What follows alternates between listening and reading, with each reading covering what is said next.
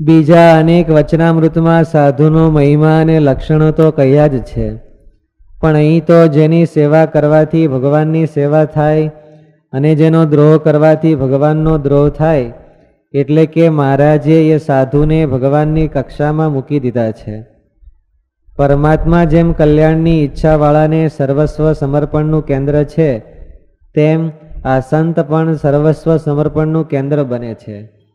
તો એવા નિર્દોષ સમર્પણના કેન્દ્રરૂપ સંત કેવા હોય તે લક્ષણનું વિવેચન કરતા મહારાજ કહે છે કે એક તો તે સાકાર પરમાત્માના ઉપાસક હોય. સાકાર ઉપાસનાનું તાત્પર્ય પૂર્ણ અને અવિનાશી ભક્તિ છે. ભગવાનનું નિરુપાધિક સ્વરૂપ છે એ નિરાકાર નથી, સાકાર છે, નિરુપાધિક સ્વરૂપ છે. અને એના જે ગુણો છે એ ભલે નિત્ય રહ્યા, પણ એ સોપાધિક કહેવાય. કેવી રીતે? સ્વરૂપને શું કહે? સ્વરૂપને આધારે છે. સ્વરૂપનો આધાર ન હોય તો ગુણો ન ટકે. એટલે સ્વરૂપને આધારે, સ્વરૂપ સોપાધિક છે. સ્વરૂપ એનું એટલે સ્વરૂપ છે એ કોઈને ઉપાધિક નથી. એટલે મૂળ સ્વરૂપ એટલે કે મૂળ પોઈન્ટ છે એ મહારાજે કીધું એ સ્વરૂપ છે.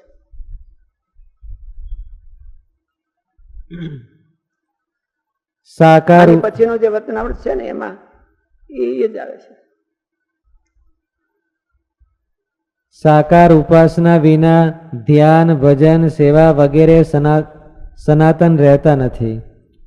સાકાર ઉપાસના વિના પૂર્ણ અને અવિનાશી ભક્તિ સિદ્ધ થઈ શકતી નથી. તેથી તેનો અર્થ એ થયો કે તે સંત મહારાજના પૂર્ણ ભક્તો હોવા જોઈએ.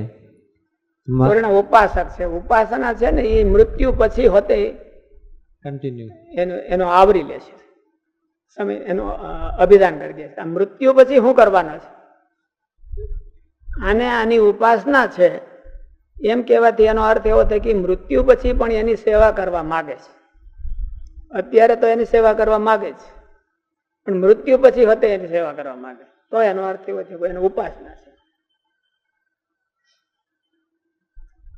સાકાર ઉપાસના વિના પૂર્ણ અને અવિનાશી ભક્તિ સિદ્ધ થઈ શકતી નથી. તેથી તેનો અર્થ એ થયો કે તે સંત મહારાજના પૂર્ણ ભક્તો હોવા જોઈએ. મહારાજ કહે છે કે સાકાર ન માને તો તેની ઉપાસના દ્રઢ ન કહેવાય. અર્થાત એવું બીજા વચન આમ જ કીધું છે. અર્થાત એ સંતના અંતરમાં એવો દ્રઢ સનાતન નિર્ણય હોવો જોઈએ કે દેહ છતાં મારે ભગવાન તથા સાચા સંત અને સત્સંગની સેવા કરવી છે, અને મૃત્યુ પછી પણ તત્ર બ્રહ્માત્મના કૃષ્ણ સેવા મુક્તિશ્ચ ગમ્યતામ, દિવ્ય દેહે મહારાજની સેવા કરવી છે. આવો એનો પાક્કો નિર્ણય હોવો જોઈએ. મૃત્યુ સુધી મારે ભગવાનની ભક્તિ, આ મહારાજની ભક્તિ છે ને મહારાજની સેવા છે એ છોડવી નથી. અને મૃત્યુ પછી પણ એ જ કરવાનું છે. આપણે કોઠારી સ્વામીનું જીવન કેવું દેખાય છે? એ 11 વર્ષે સાધુ થયા હતા અને 92 વર્ષે ધામમાં ગયા, તો છેલ્લા શ્વાસ સુધી એને સ્વામીની નિષ્ઠા રાખીને, શાસ્ત્રીજી મહારાજની નિષ્ઠા રાખી અને એની સેવા કરી. સ્વામી મંદિરમાં હતા તો મંદિરમાં કરતા હતા, સ્વામીએ ગુરુકુળ કર્યું તો ગુરુકુળમાં કરતા હતા, પણ સ્વામીની સેવા કરવી. હવે 92 માંથી 11 બાદ કરી નાખો લ્યો તો કેટલા થયા? 81 વર્ષ સુધીની એની સર્વિસ એક ધારી. પાછા એની નીચે કામ કરનારા નીચેના સાધુ કેટલાય બદલી ગયા છે. એ પાછા એને ઓલા સ્વામી કોઠારી સ્વામી શાક લઈ આવે તો ઓલા ભંડારી માન્ય ન કરે, આવું હું લઈ આવું છું, એવું બધું કરે હોય. એક ધારી સેવા હતી. એને એવું કહેવાય કે એ સમાધિ કરતા કઠણ. એક ધારી ભાવનાથી મરવું, છેલ્લો શ્વાસ લેવો એક ધારે હું મારે ભગવાનની સેવા જ કરવી છે, એ જીવતા હોતે કરવી છે અને મર્યા પછી હોતે કરવી છે, તો એને ઉપાસના કહેવાય. આ સેવા છે એની ઉપાસના થઈ ગઈ.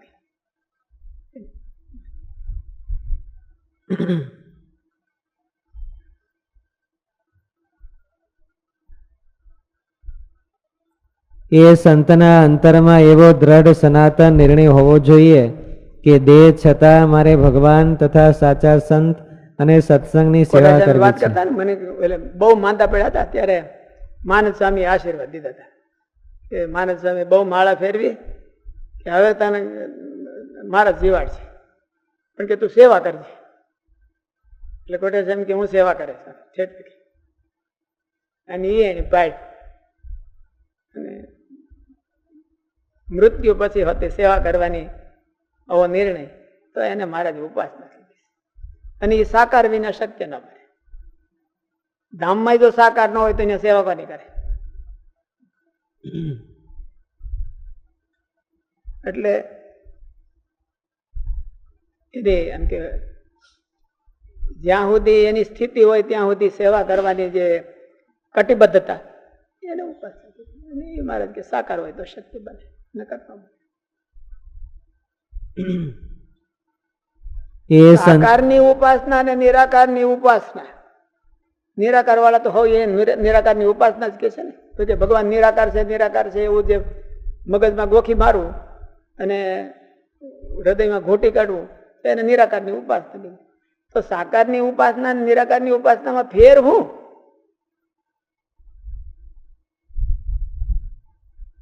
સાકારની ઉપાસનામાં આનંદ આવે, ઓલામાં આનંદ ન આવે. એ તો આપણને આનંદ આવે, એને તો આનંદ આવતો હોય. નિરાકાર માનતા હોય, નિરાકાર માનતા હોય એને ક્યાંક આનંદ જ આવતો હોય છે ને. એ તો આપણે માન્યું કે આપણે ભાઈ સાકારમાં આનંદ આવે ને ઓલામાં ન આવે એવું માન્યું. સ્વામી સેવક ભાવ ન રહે, ઓલામાં અસ્તિત્વ જ ન રહે. નિરાકાર માને એટલે હું આત્મા સ્વ પરમાત્મા જ માની ગયો. કાં આત્માનું અસ્તિત્વ નહીં, કાં પરમાત્માનું અસ્તિત્વ નહીં, એવું જ થયું ને. પરમાત્માનું અસ્તિત્વ નહીં તોય ભૂલ્યો અને પોતાનું અસ્તિત્વ ન હોય તોય ભૂલ્યો. કારણ કે પછી એને નિરાકાર માને એટલે જુદા જુદા માની નથી શકતા. પરમાત્માને એના સેવક એવું જુદું ન હોય, એ બે એક થઈ જાય. અને સેવક કોઈ જાજા આ સેવક જુદો ને આ સેવક જુદો એવું ન માની શકે. એવું તો ન માની શકે નિરાકાર માને એટલે એ નથી. એટલે હવે આ જીવે ત્યાં સુધી આનંદ, પછી તો આનંદ કઈ એવું છે નહીં. તો જીવ મર્યા પછી મળે એવું કરવું શું કરવાના ટાણે? એ મૂર્ખાઈ કે એમ વાંધો આવે. શાસ્ત્રના સિદ્ધાંતો ની વાંધો આવે. એટલે જો ભક્તિ સનાતન રાખવી હોય તો સાકાર માનવા, નકર જીવા સુધી રે પછી જીવા પછી ન રે. અને તો જીવા પછી હોતે અને ભક્તિ રાખવી એટલે તો એને ઉપાસના કીધી.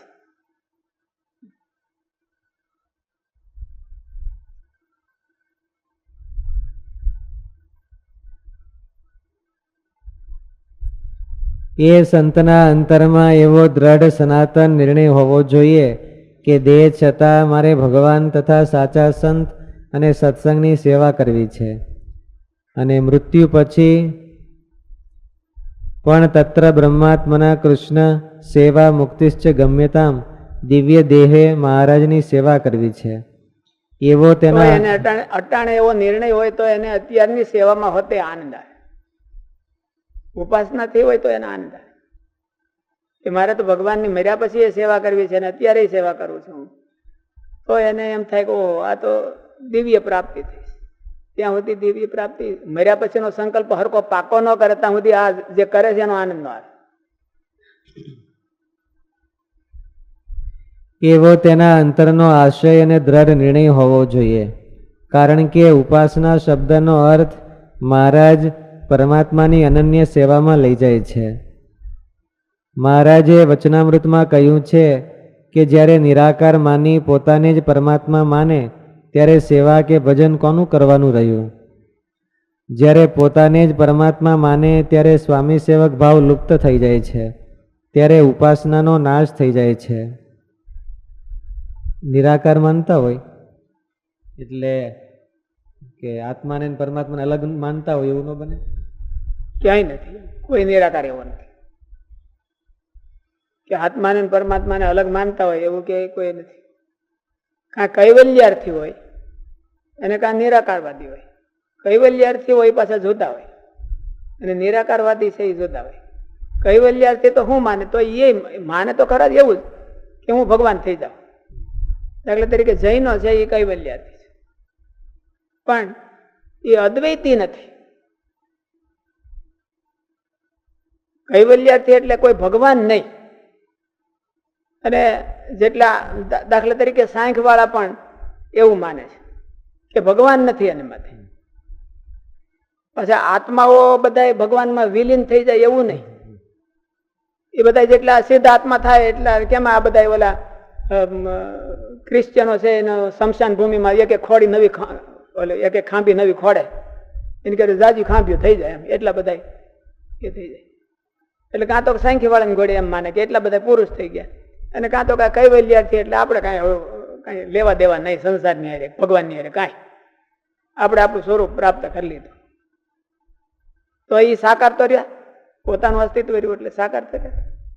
કઈ ભગવાનને માનતા, ભગવાનને હાવ માનતા નથી, નિરાકાર કે ઓલા, પણ અદ્વૈતી છે એ નિરાકાર માને છે. અદ્વૈતી એક જ નિરાકાર માને છે. એટલે સાંખ્ય વાળા ભલે સાકારનું પ્રતિપાદન ન કરે ભગવાનનું, એટલે એને તો ભગવાનને જ હાવ કાઢી નાખ્યા, એટલે સાકાર નિરાકાર એના માટે કઈ રહ્યું નહીં. એટલે કૈવલ્યાર્થી થાય, પોતાનું મોક્ષ એટલે જન્મ મરણ છૂટી જાય એવું કૈવલ્ય.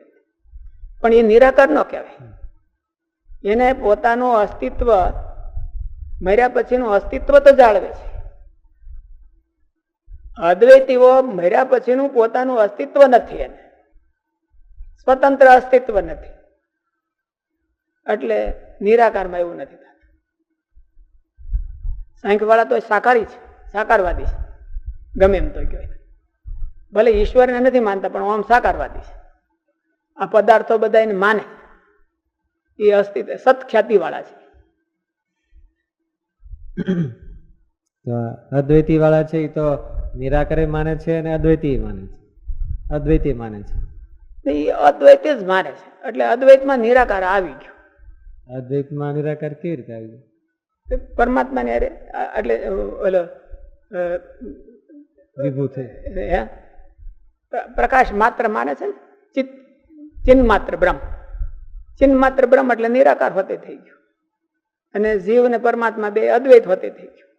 ચિન્ન માત્ર, માત્ર શબ્દથી આકારનો અને બધાના ગુણોનો એનો બધાનો નિષેધ કરી નાખ્યો ને.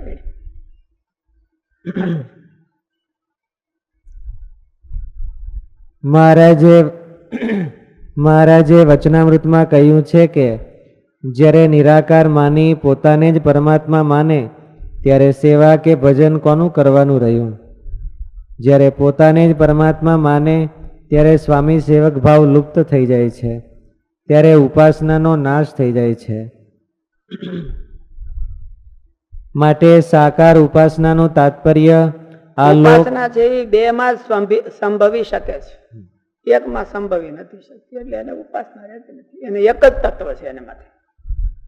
અને આપણે ત્રણ તત્વ છે, જીવ, પરમાત્મા અને માયા, ત્રણેય તત્વ છે. માટે સાકાર ઉપાસનાનું તાત્પર્ય આ લોક પરલોકમાં પરમાત્માની સ્વામી સેવક ભાવે અનન્ય ભક્તિ કરવામાં છે. એમાં મહારાજે બહુ છે ને એકદમ ચોખ્ખું કરી, બીજામાં હજી તોય થોડું ઘણું આમ કર્યું હોય, પણ એટલું બધું અજ્ઞાની માણસોને ખબર પડે એવું ન કર્યું હોય. મહારાજ તો હવે એકદમ એટલું બધું સ્થૂળ ભાવે કરી દીધું. સ્વામી સેવક ભાવ એને ઉપાસના કહેવાય. અને ઉપાસનાનો અર્થ છે કે મર્યા પછીની હોતે કબૂલાય.